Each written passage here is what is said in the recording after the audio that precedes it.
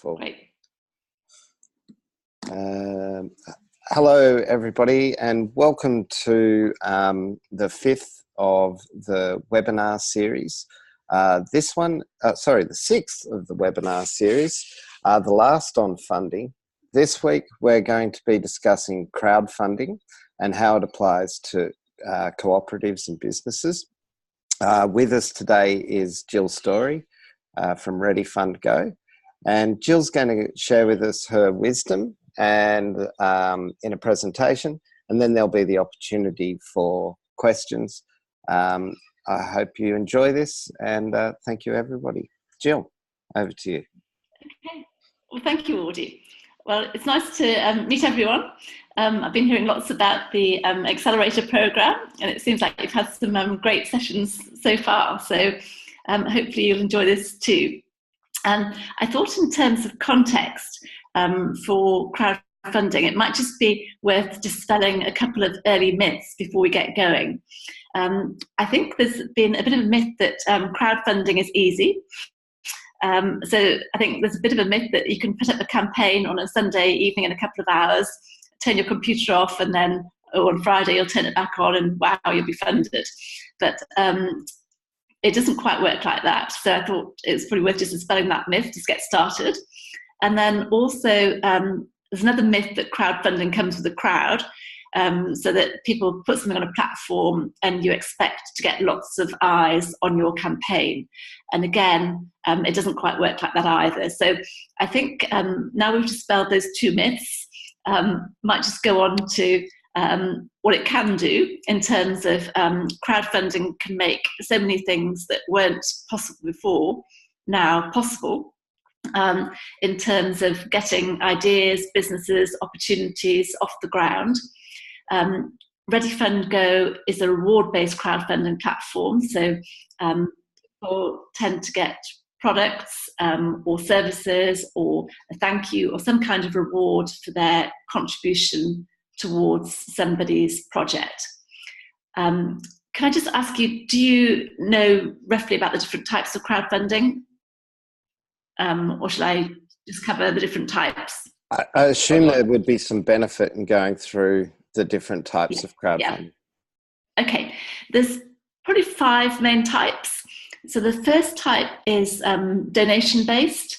It's often charitable, but it can be if you've got a good cause. So if it's something around the environment and people want to get behind it, sometimes they're happy to donate without anything in return. Reward or product-based, people expect to get something in return. So some kind of product or reward or a pre-product, or it might be something that you're creating. There's debt-based, which is sometimes called marketplace lending. So that's where somebody is, the person who's got the project is effectively getting a loan, but instead of getting a loan from one person like a bank, they're getting a loan from the crowd. So lots of people give a small amount each and expect interest in return. With debt-based, somebody needs to be in a position to be able to have a constant revenue stream to be able to finance the interest charge. And then there's equity-based, where people are getting an interest in shares typically. And then also property, which is quite new, where people are getting interest in property. Now for businesses and for cooperatives and ventures, it could be a mixture of those that you might look at over time. But at the early stage, it's often a reward-based or a donation-based to help get your venture off the ground at an early stage. And then you might do a different type of campaign later in the journey. And I know that Wardy just sent through, before this, he sent through this schedule asking what your objectives are. Because I think often people think that crowdfunding is all just about raising funds, but particularly for reward-based, it's actually about a lot more than raising funds. So it's about marketing as well as finance. It gives you the chance to validate your product, It's a place to storyboard your vision, develop your brand, it gets you in a position to get feedback from potential customers. So it can do a lot more than just raise funds.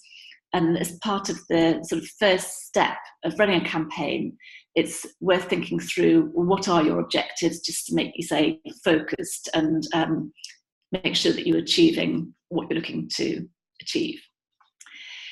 In terms of creating a successful campaign, it's fairly obvious when you're told that projects with teams are much more successful than crowdfunding projects with one person trying to run them and do everything. And obviously, teams have got different skills.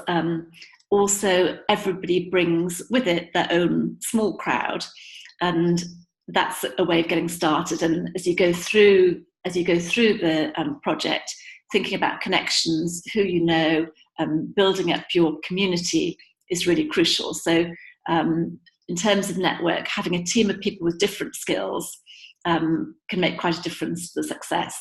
And if you haven't got some of the skills, you've got some gaps at the beginning, it's worth spending the time to make sure before you get too far into the campaign, you've got everybody on board you want, covering different skill sets.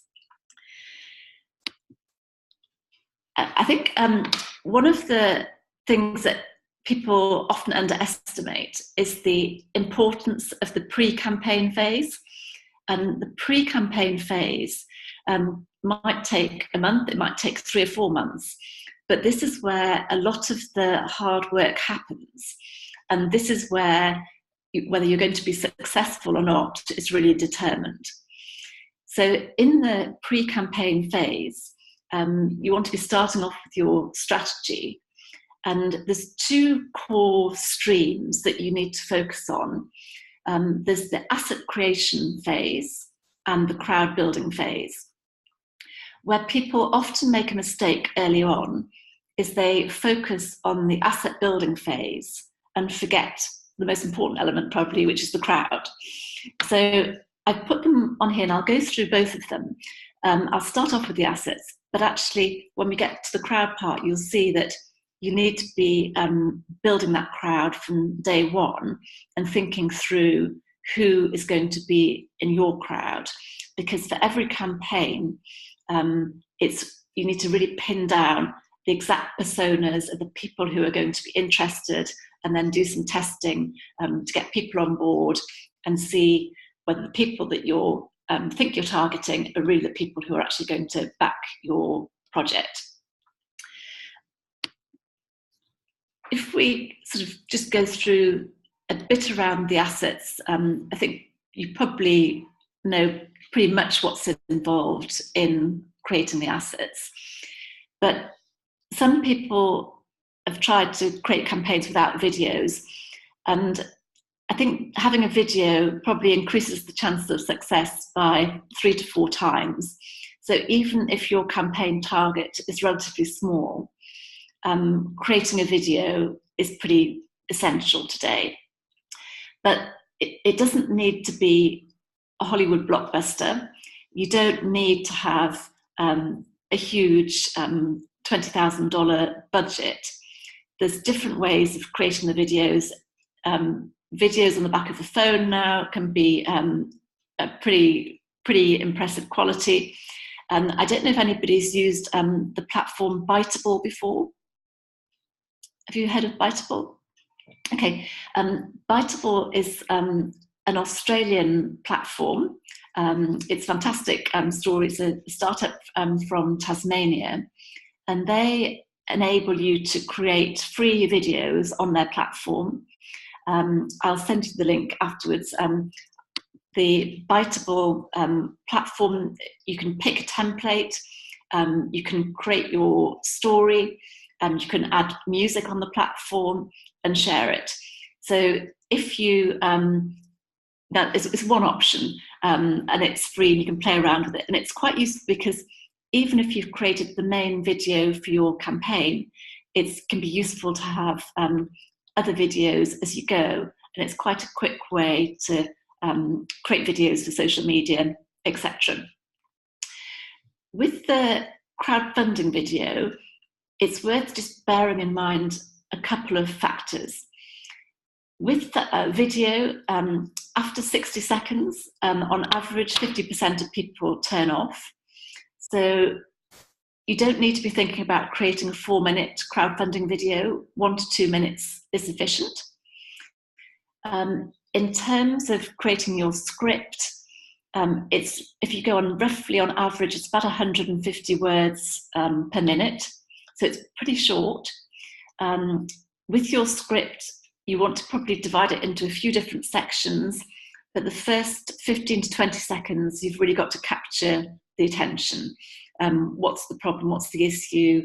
How are you going to solve it? Why you? And then at the end, you need a call to action. What do you want people to actually do about it? And get them to pledge on the campaign page. I've got just a very basic template that we can send you later. It's quite helpful just for helping you draft your script if you want to use that, and I'll send that through after the webinar. With the other campaign assets, it's worth investing in high quality images. With the story, it doesn't need to be long. 400 words is a pretty good length. People tend not to read quite so much as they used to, so you're better with very short paragraphs, lots of white space on your campaign page, and good quality images. With the rewards, if you're doing a reward-based campaign, then try to pitch your rewards at different price points. So you might have something for $25, and then you might have $50, $100, $250, $500, maybe a couple of thousand. So have rewards at different price points. There's a bit of a strategy behind getting engagement with rewards. Some people put on board a limited number of early bird specials. So if people go on at the very beginning, they try and get people to jump on and get a very special deal at the beginning. But that helps with the momentum of your campaign, because if you can get people to jump on early, it then starts a snowball effect. So you need to also test the rewards with people who you think are your key supporters, to get their engagement, and make sure they're sort of exciting and people can actually participate and share and generate a bit of a snowball effect. With your target, the target is a bit of an art rather than a science as such. You will need to be thinking through, how much do you need? How much can you fund yourself? Going through how much it's going to cost to deliver the rewards. What about are the taxes to pay? Are the fees for the platform, etc.? How much do you need for advertising as part of your campaign budget? And then thinking through, well, is that realistic? How will it look if I start off that target, and for the first few days I'm so far from that target, will people believe that you'll actually get to your target? So it needs to look achievable. And also you then want to think through what type of campaign.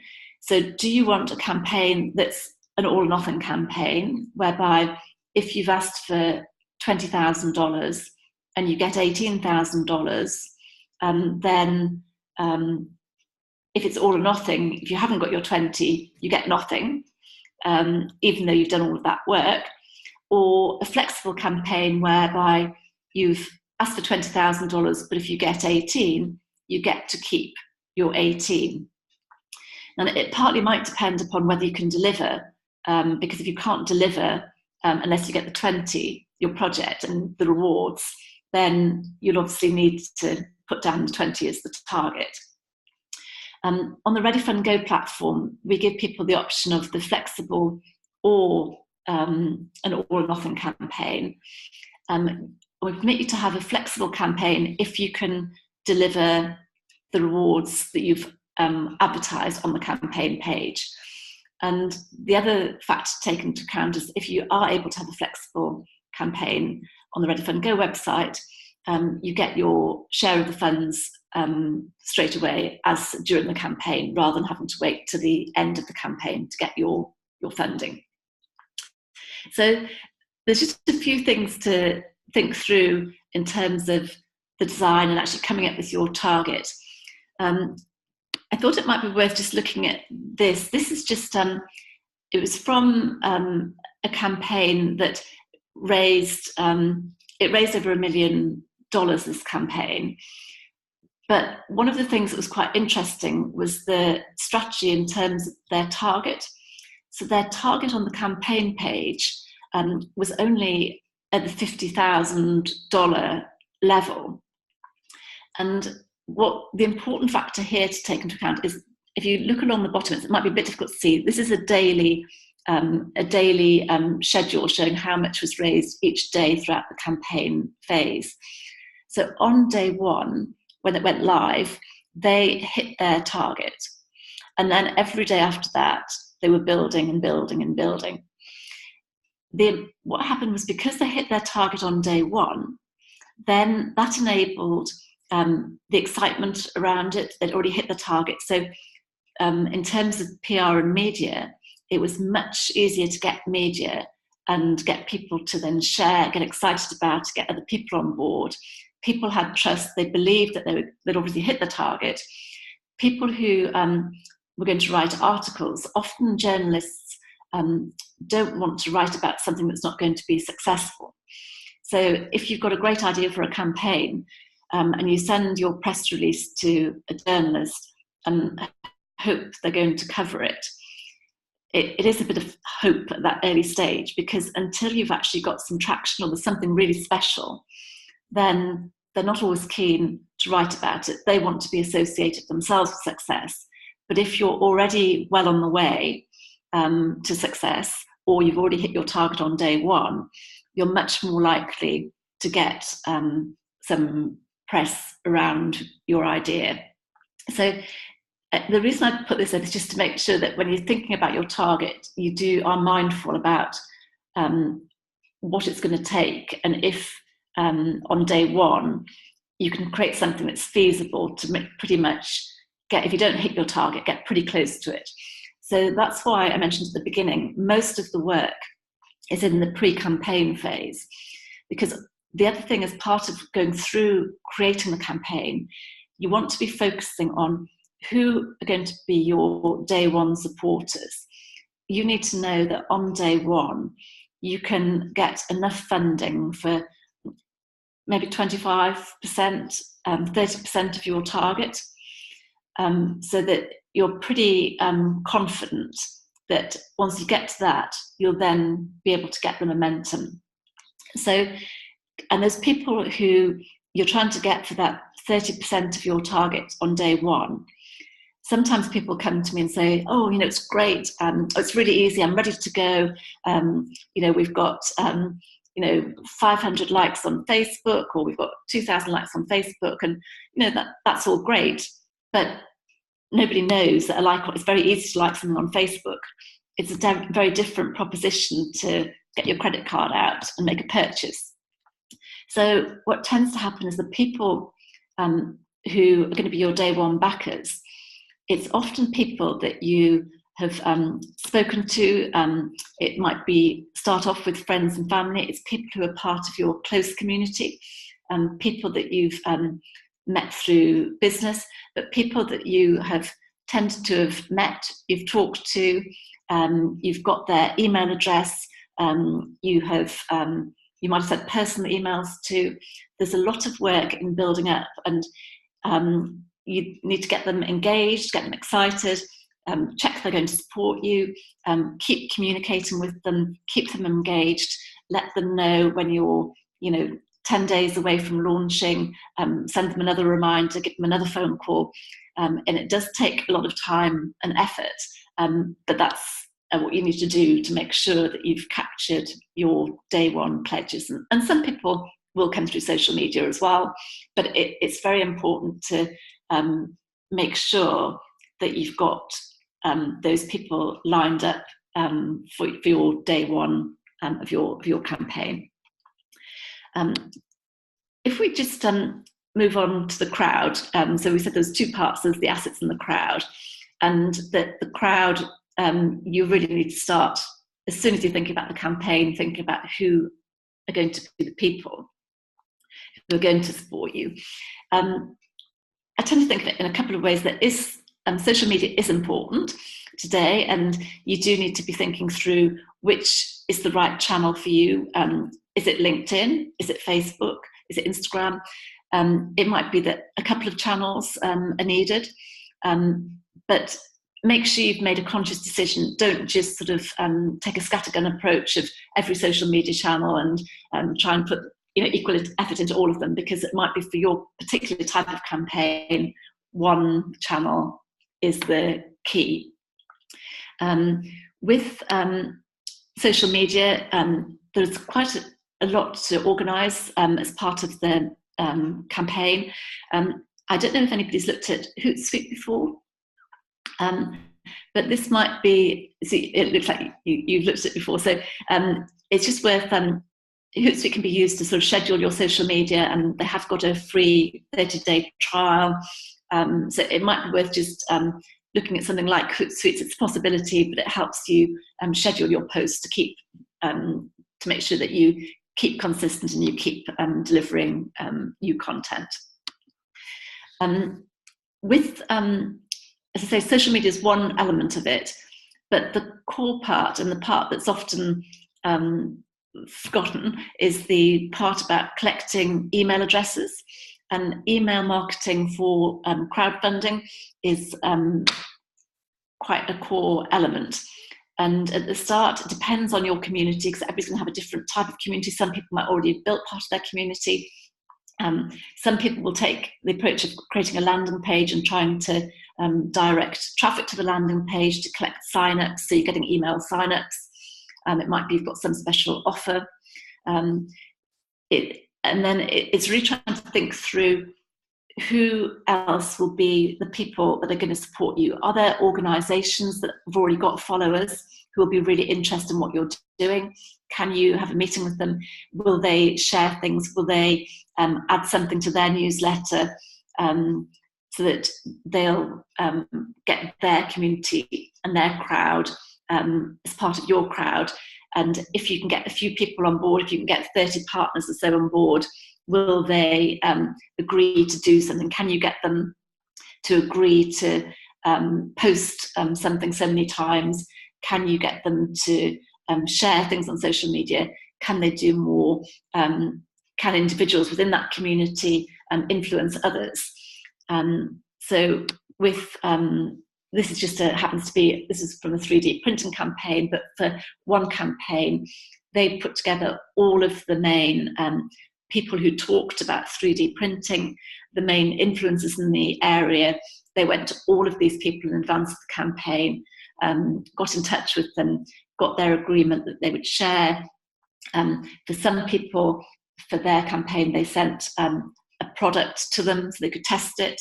They got influencers to write about it, share it, and then it's not just a case of doing all of that, but it's trying to time it with your campaign. So at what point do you want those people to be writing about your product or talking about what you're doing? And how do you line all of that up in advance? And bloggers, or if you want an article in a magazine, it all can take several months to get something in position. So you need to be starting to think about that on day one, pretty much. I'm sure you probably are pretty familiar with MailChimp, but I just thought I'd mention that sometimes if you're collecting email addresses, MailChimp is a good tool to use.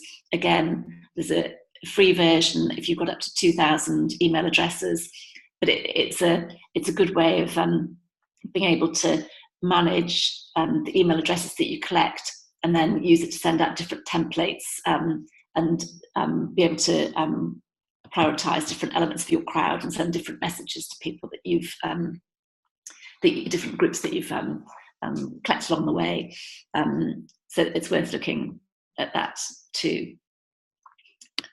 So that was just a very quick overview. We can take questions just about the pre-campaign phase, which can take several months to create for a successful campaign, to make sure you've built the crowd. And also at the beginning, you'll tend to start thinking, okay, I've got a deadline, this is going to be my start date for the campaign. But sometimes it's worth being a bit flexible and not having that set in stone, because you probably want to do a check just to make sure that you feel like you've got enough of the crowd built to support it before you actually hit that launch button. And then after all that work, then it's the actual live campaign. So during the live campaign, this can be pretty much full on. So you need to have put aside the time, have the resources to be pretty much available, to be there to respond quickly to potential backers. It might be that you want to do some paid advertising on social media at this point, and if you haven't done some already, to test where your traffic's going to come from and how you can build up and get more engagement and find what's working well. If you're doing, for example, if you're doing Facebook ads, you can then work out, do various tests and then see, well, what's the cost of conversion? Once you've narrowed down certain adverts and certain target audiences, and then you can see, well, it's very cost effective to target a certain group. This ad's working well, let's put more spend on this ad, for example. People who come onto campaign pages expect a response. So they expect people to be there giving feedback, H2H, human-to-human contact, and they want to know there's somebody behind it. And especially with crowdfunding, it is very much about the people. So they really want to know about you, about what's behind your motivation, and they'll have questions about delivery dates, about what it is, how it's going to work, and it's about sharing stories and updates.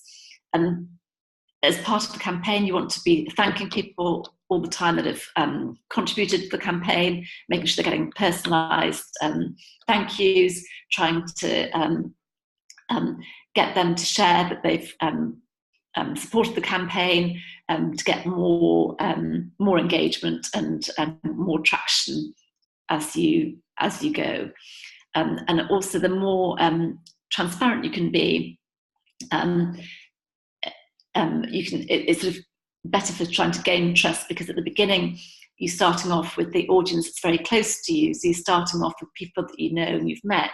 But what you're trying to do is you're trying to create, it's like layers around the onion as you go further out and get people to engage who don't know you personally, but they want to, if they can see that the people are supporting that know you, then it sort of gives them confidence of pledging on the campaign, and then getting other people and friends of friends of friends. As you can see, there's quite a lot of elements to the campaign journey, and I'm sure you've all got different project management tools that you use or have looked at.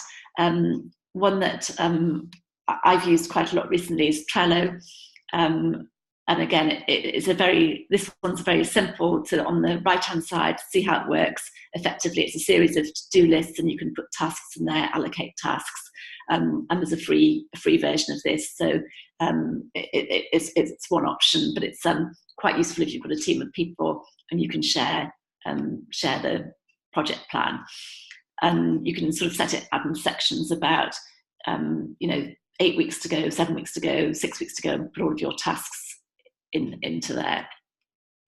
So this was it was a pretty high level overview. some of it, it could be a different type of campaign you're running, so it might not be a reward-based campaign, but for any type of campaign, the elements are the same in terms of the campaign assets are going to be needed, and it's going to be around from day one, building up your crowd and your audience. So I don't know whether you've got specific questions. If you've got a campaign plan in your head, or you've got further, you might have done campaigns before, and you might have things that you could share as well to try and help others with their campaigns. So have you got any questions? Jill, thank you for that. I wondered whether we could talk about maybe Charlie's project as an example of how we're helping a business to use crowdfunding. Would you be comfortable with that? Yeah, of course. And there's some innovative pieces in that. So yeah. Do you want to do that? Yeah. I'm going to turn my video off so the recording doesn't have me and my kid, but I am here. Okay. Okay, yeah. Have you looked at Charlie's project at all as part of the programme, so you know what Charlie is up to? Well, part of Charlie's project, he's looking at doing a crowdfunding campaign, and he's trying to pull all the pieces together currently. So he's made a lot of progress in quite a short space of time. He started off very much, it was him, but now one of the crucial steps is he's managed to, with all his help, get a team together. So that's a great sort of step. He's worked with Wardy, and he's started to engage various organisations and get partners on board. So he started very early in terms of the crowd build phase. So getting people on board who will be able to help both share his campaign and also to help him with the actual product development, because in his case there's development phase. If you have got a product that you're developing, then it's also important to think through a lot of the issues about the manufacturing, about what form it's going to be in. So can you get, at what level when you're going to have your prototype ready, how are you going to be able to create the video that shows what it can do before it's ready, and how can that be engaging? So he's starting off on that part of the work and the video, and those are all the right things to get started with, because again, the video can take time to build. So it is early days, but he is starting off, and Wood's been helping him with the different elements of building crowd, starting off thinking about social media as well, and getting people to help him create the campaign. And it's all sorts of things, even from logos to then thinking about, well, what is it that's going to be the reward for the campaign? If you are going to be sending a product to somebody, then thinking about shipping is quite key. It sounds obvious, but we had a campaign that was created a few months ago, and with that campaign, the price of the product was a couple of $100, but it was quite a heavy product to be shipped, and we suggested at the beginning that maybe they wanted to incorporate the shipping cost into the campaign pricing, but they hadn't spent much time working out the shipping, so no, we'll just add it on. And we found that when we looked at the campaign page, they got a lot of interest, and we could see that people had tapped all the way through, but when it got to the final button, they fell away because it was quite to be paying another $100 on top for shipping. It was sort of very off-putting, and because people didn't realise that at the beginning, they didn't get to their target. So if you are needing to ship something, it's important to work out the price of shipping, the delivery terms, which countries you might want to offer a reward in. But I don't know whether you've got any specific questions about any campaigns that you're thinking of doing, or, as I say, any advice in terms of from campaigns that you've potentially run before, or will this be your first campaign?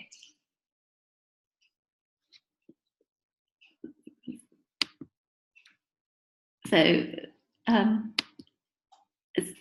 Tobias and Elle, anything from Verge Co-op?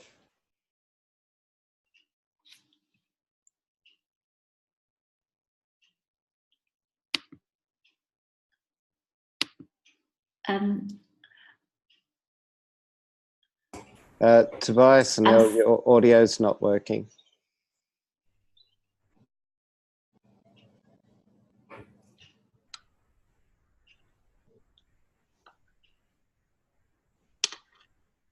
Working now? You've just started to come through. Yeah, a bit low in volume.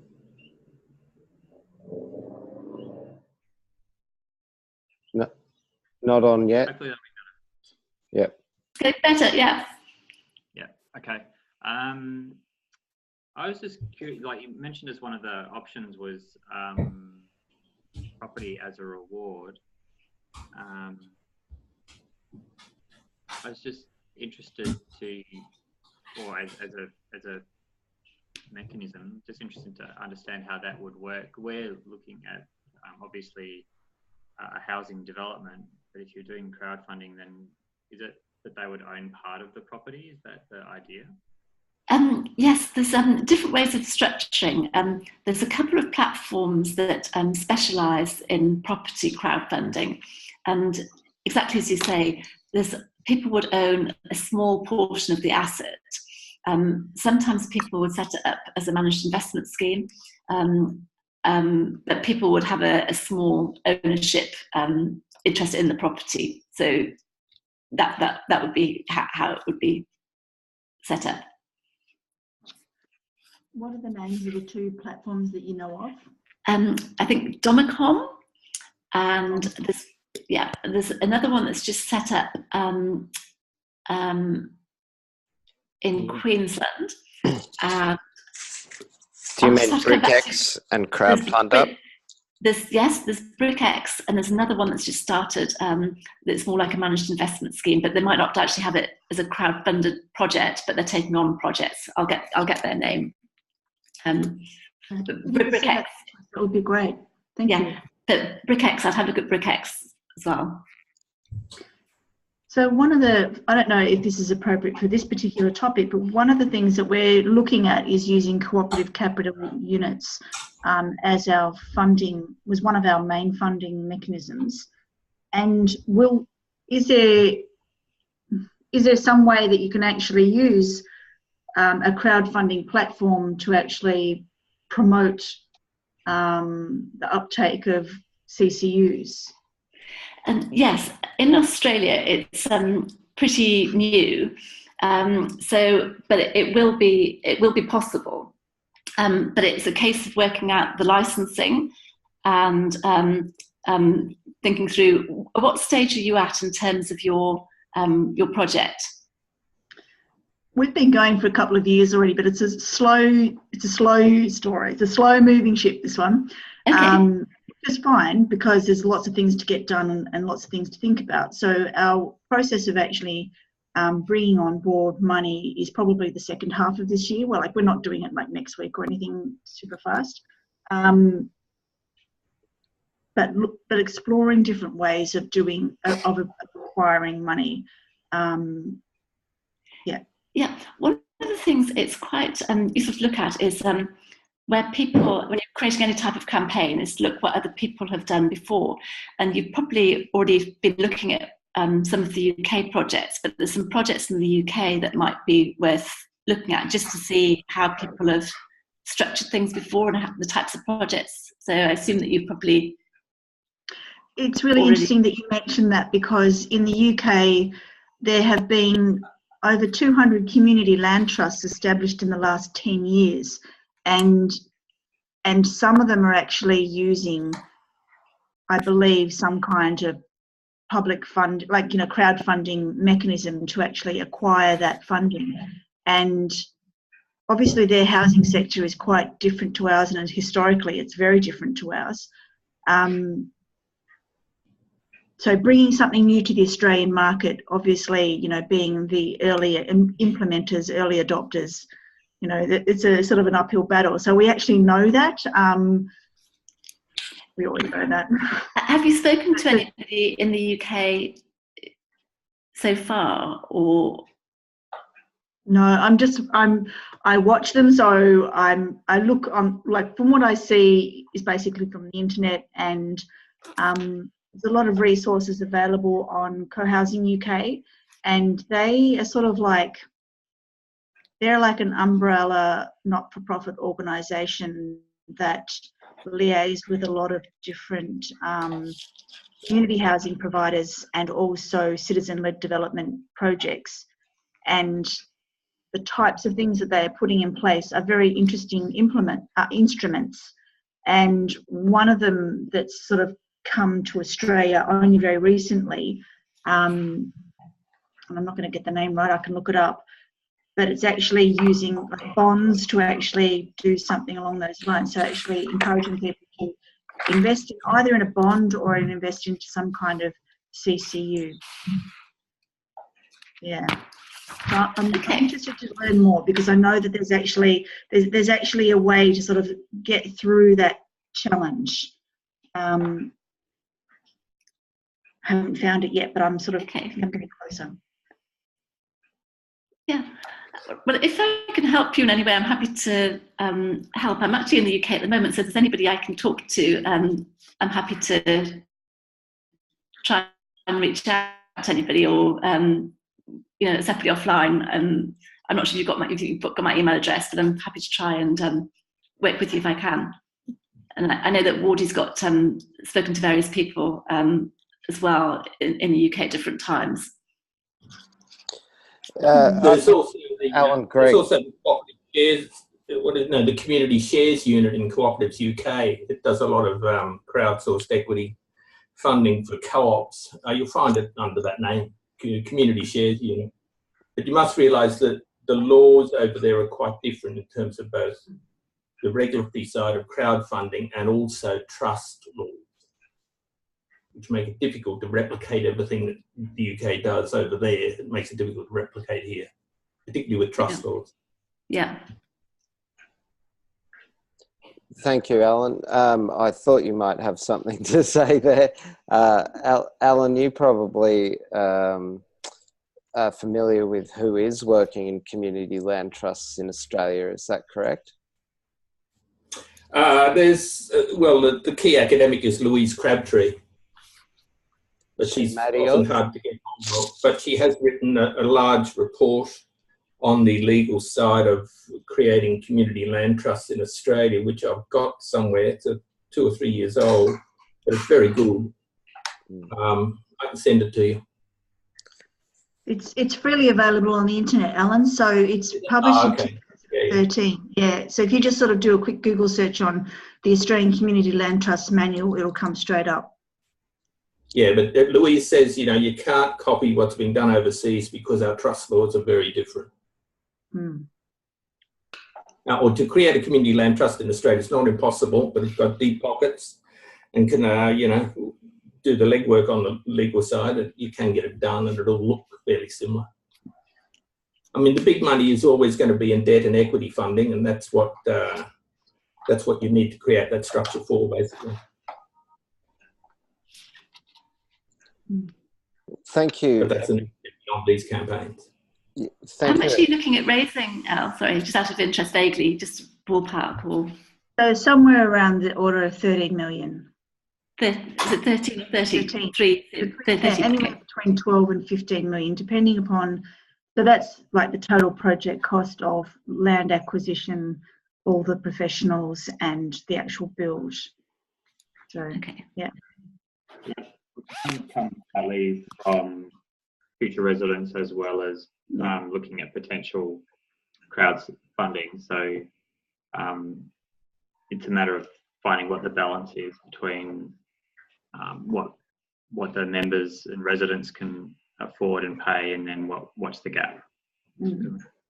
And so the ambition there would be that over time, the residents would pay down all of that debt and the residents would be 100% shareholders of their own building, so that there wouldn't be an external person who held permanent equity in the building. One of the conundrums for housing co-ops, which I've looked into before, we've had attempts to do it, is that it's cheap to raise mortgage loans from banks for any individual consumer, but a bank will not lend to individuals in a co-op because they will regard the co-op as a commercial entity and they will only lend at the commercial interest rate. Now that sort of makes it much more expensive to buy into a housing co-op, but it's probably something that we need to look into, and maybe one of the banks could get around it in some way.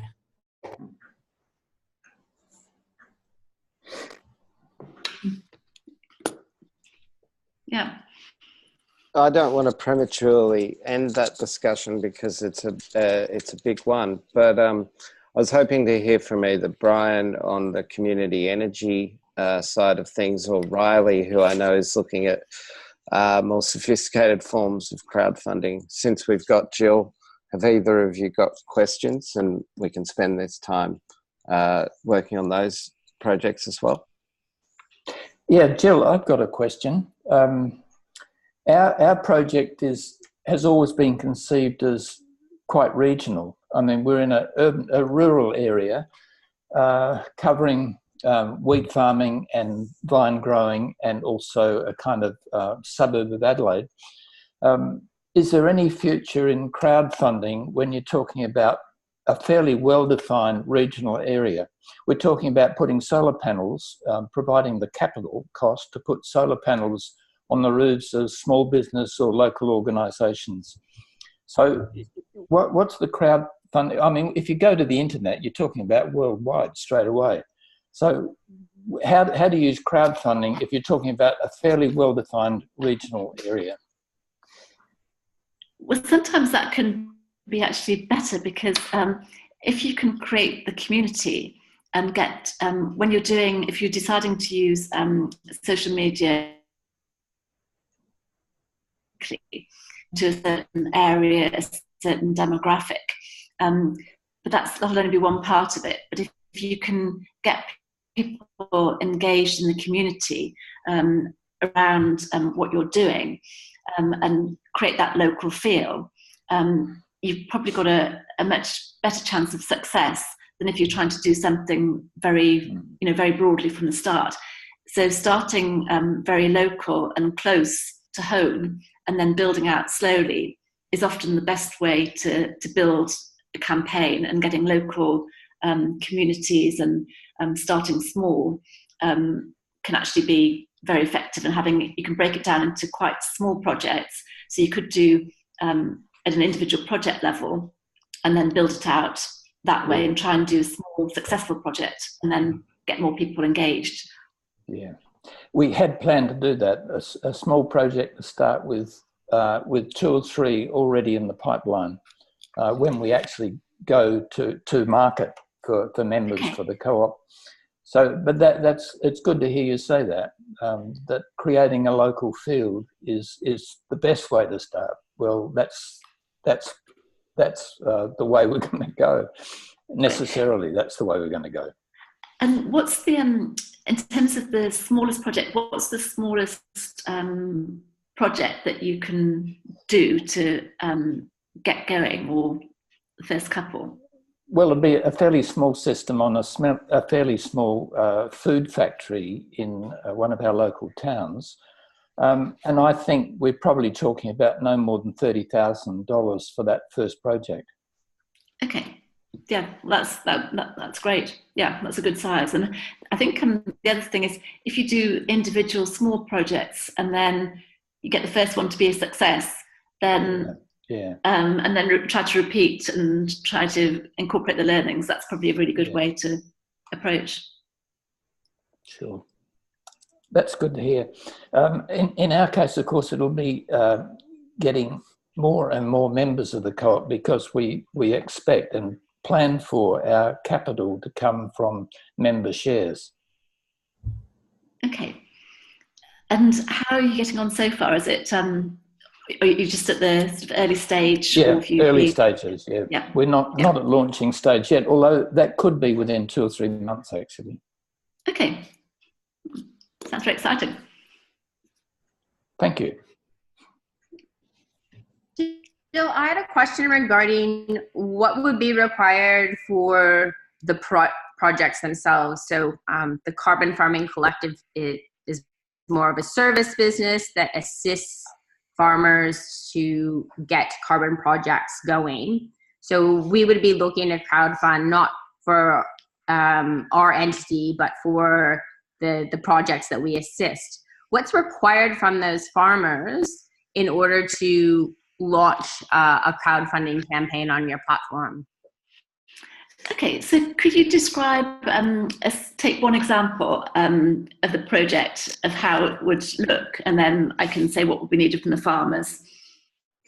Okay, let's just go with the herding methodology, where you've got a farmer that has some cattle in a paddock, and so what he's going to do is he's going to change his grazing patterns to match the legislated method, and then he'll acquire some carbon credits from that land change use.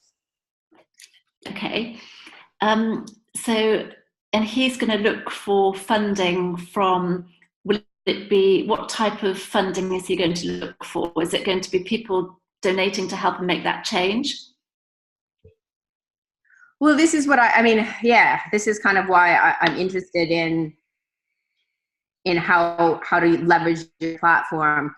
So yeah, he would need to probably hire out a paddock. If, you know, generally he might not have another paddock to do rotation. So he's going to incur some costs, some startup costs to initiate that method, and then to pay the project managers and auditors for managing that carbon project. So for something like, 100 head and some, just a really easy, like a sort of like a local paddock change, it's probably something under $20,000 just to get the project going. But whether it's like by donation or we issue credits or tokens back to the crowdfund, people that participate in the crowdfunding campaign is probably a bigger story, because I think if we start issuing tokens back into that project, then we're going to fall under a managed investment scheme, and it's going to be a lot more complex. Whereas for a couple trial cases for the collective, I thought we might be able to crowdfund the project initiation almost as like on a donation basis. Yeah, that would be much simpler. Happens on your platform? Yes, yeah, that would be much simpler. And then it might be that you can come up with some types of rewards, but more fun rewards, or it could be, for example, that you might do something with it. You might plant a tree as well, or you could create some kind of certificate for people so they supported it, or you could invite them to something, if it was local people, some kind of event in the paddock, and it would be if they'd contributed to help get the project going, or they would get updates by email, or photographs or images of the journey, and get them engaged that way. But that would probably be the easiest place to start. To start with one project. And then moving forward, have you dealt with managed investment schemes on the platform? Or No, I haven't. For managed investment schemes, you need a certain type of license. So, but I'm happy to look into it. I know somebody was doing managed investment schemes, but so happy to work with you. But on the Ready Fund Go platform, we haven't. Okay. All right. And then what about if a farmer did want to raise money and they had a governance vehicle so that they could issue shares to the people that participated in the crowdfunding, what sort of information would they?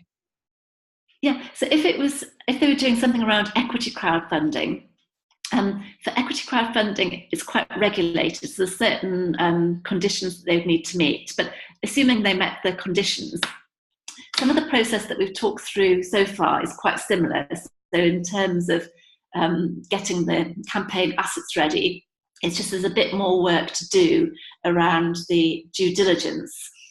So around before you can go on an equity crowdfunding platform, there tends to be an upfront cost because the platform itself has to do some due diligence around the company and the directors before they can list it on their platform.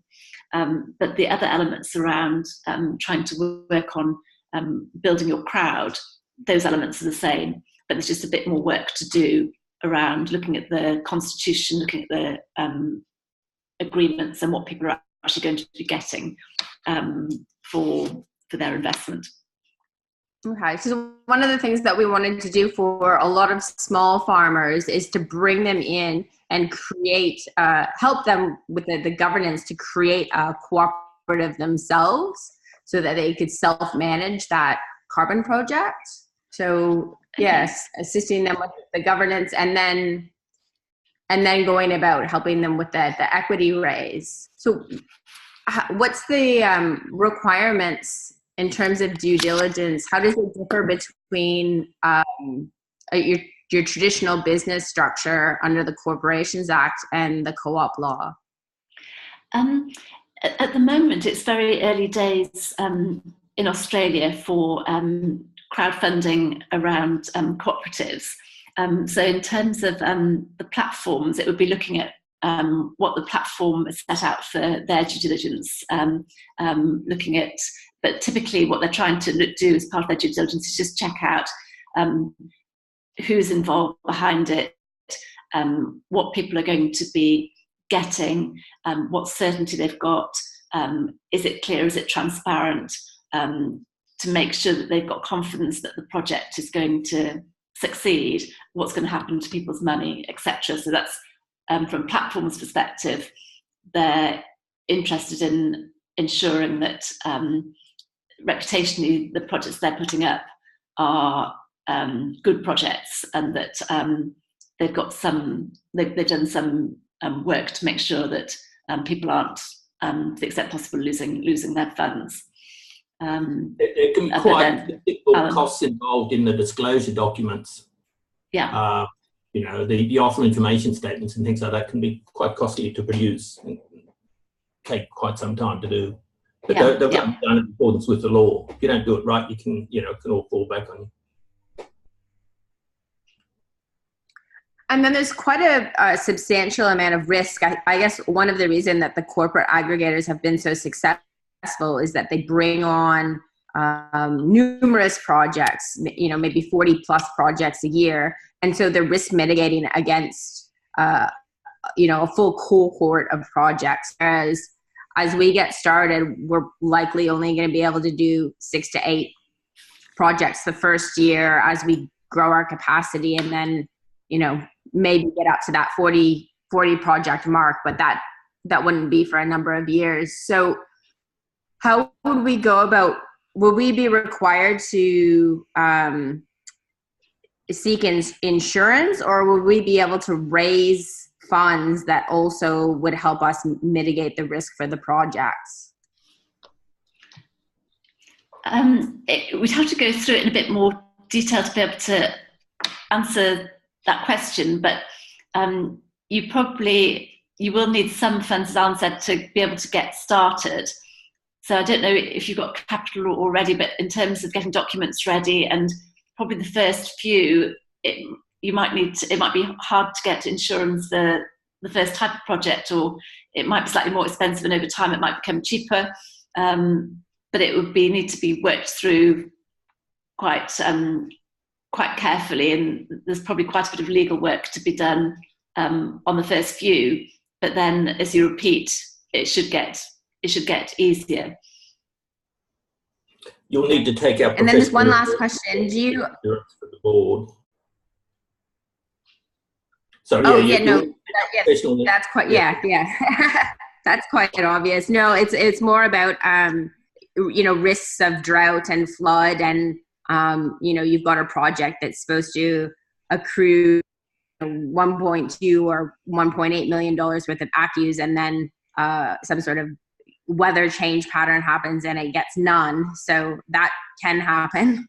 And it's really hard to get insurance for those projects. So the large corporate aggregators right now don't use insurance. So the other question that I had in relation to crowdfunding was whether you guys are set up or work with any crowdfunded insurance companies, because I know that's sort of a new sort of trendy way to go about insuring businesses and health and those sorts of things. I'd have to look into it. I'm not aware of people insuring on that basis at the moment in terms of crowdfunding, but I haven't seen it, so I'd have to look into it. I'm not sure whether other jurisdictions are looking at it, but I haven't seen that being crowdfunded at the current time. I don't know whether you've seen anything along those lines, Alan. No.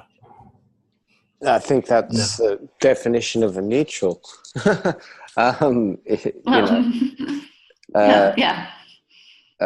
Anyway, thank you. I'm going to call it time on there. So we've gone for an hour, though I would encourage anybody with specific questions, and Riley, I can tell that you've got a lot of good ones in there.